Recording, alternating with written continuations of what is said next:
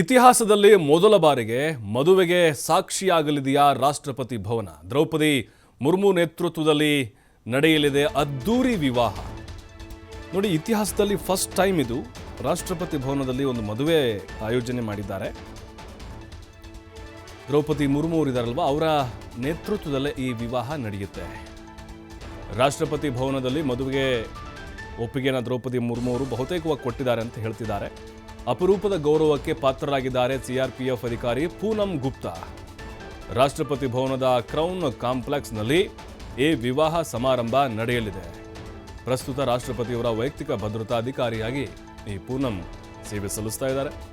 ಇದೇ ತಿಂಗಳು 12ಕ್ಕೆ ಅದ್ದೂರಿ ವಿವಾಹ ರಾಷ್ಟ್ರಪತಿ ಭವನದಲ್ಲಿ ನಡೆಯುತ್ತೆ.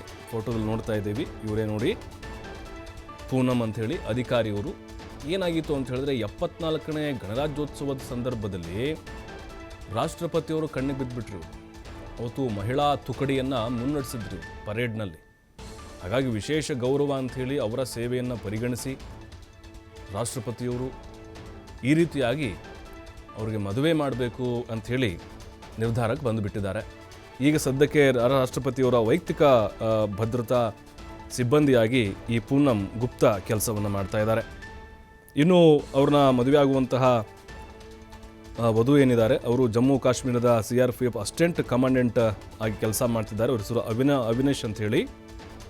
ಈಗ ಸಂಬಂಧಿಕರು ಮತ್ತು ಕೆಲ ಸ್ನೇಹಿತರಿಗೆ ಅಷ್ಟೇ ಅಲ್ಲಿ ಅವಕಾಶವನ್ನು ಮಾಡಿಕೊಡ್ತಾ ಇದ್ದಾರಂತೆ.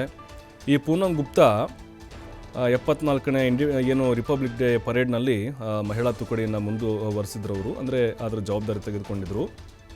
ಈಗ ಅಲ್ಲಿ PSO ರಾಷ್ಟ್ರಪತಿಯವರ ವೈಯಕ್ತಿಕ ಭದ್ರತಾಧಿಕಾರಿಯಾಗಿ ಸೇವೆ ಸಲ್ಲಿಸ್ತಾ ಇದ್ದಾರೆ. ಗಣಿತಶಾಸ್ತ್ರ ಹಾಗೆ ಇಂಗ್ಲಿಷ್ ಸಾಹಿತ್ಯದಲ್ಲಿ ಸ್ನಾತಕೋತ್ತರ ಪದವಿ ಪಡ್ಕೊಂಡಿದ್ದಾರೆ.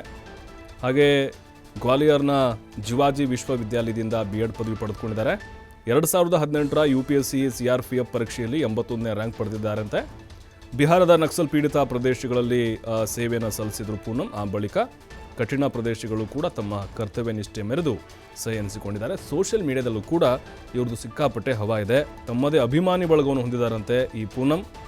ಆಗಾಗ ಮಹಿಳಾ ಸಬಲೀಕರಣ ಹಾಗೆ ಕೆಲವು ಸ್ಫೂರ್ತಿದಾಯಕ ಸಂದೇಶಗಳನ್ನು ಪೋಸ್ಟ್ ಮಾಡ್ತಾ ಇರ್ತಾರೆ. ಜೊತೆಗೆ ಸಾರ್ವಜನಿಕರನ್ನು ಜಾಗೃತಿಗೊಳಿಸುವಂತಹ ಕೆಲಸ ಮಾಡ್ತಾ ಈ ಪೂನಂ ಅವರು ಬರ್ತಾ ಇದ್ದಾರೆ. ಹಾಗಾಗಿನೇ ರಾಷ್ಟ್ರಪತಿ ಭವನ ಈಗ ಮದುವೆ ಸಮಾರಂಭಕ್ಕೆ ಸಾಕ್ಷಿ ಆಗ್ತಾ ಇದೆ. ಇದೇ 12ನೇ ತಾರೀಕು ಮದುವೆ ನಡೆಯಲಿದೆ. ದ್ರೌಪದಿ ಮುರ್ಮು ಅವರೇ ಅದರ ನೇತೃತ್ವ ವಹಿಸ್ತಾ ಇದ್ದಾರೆ.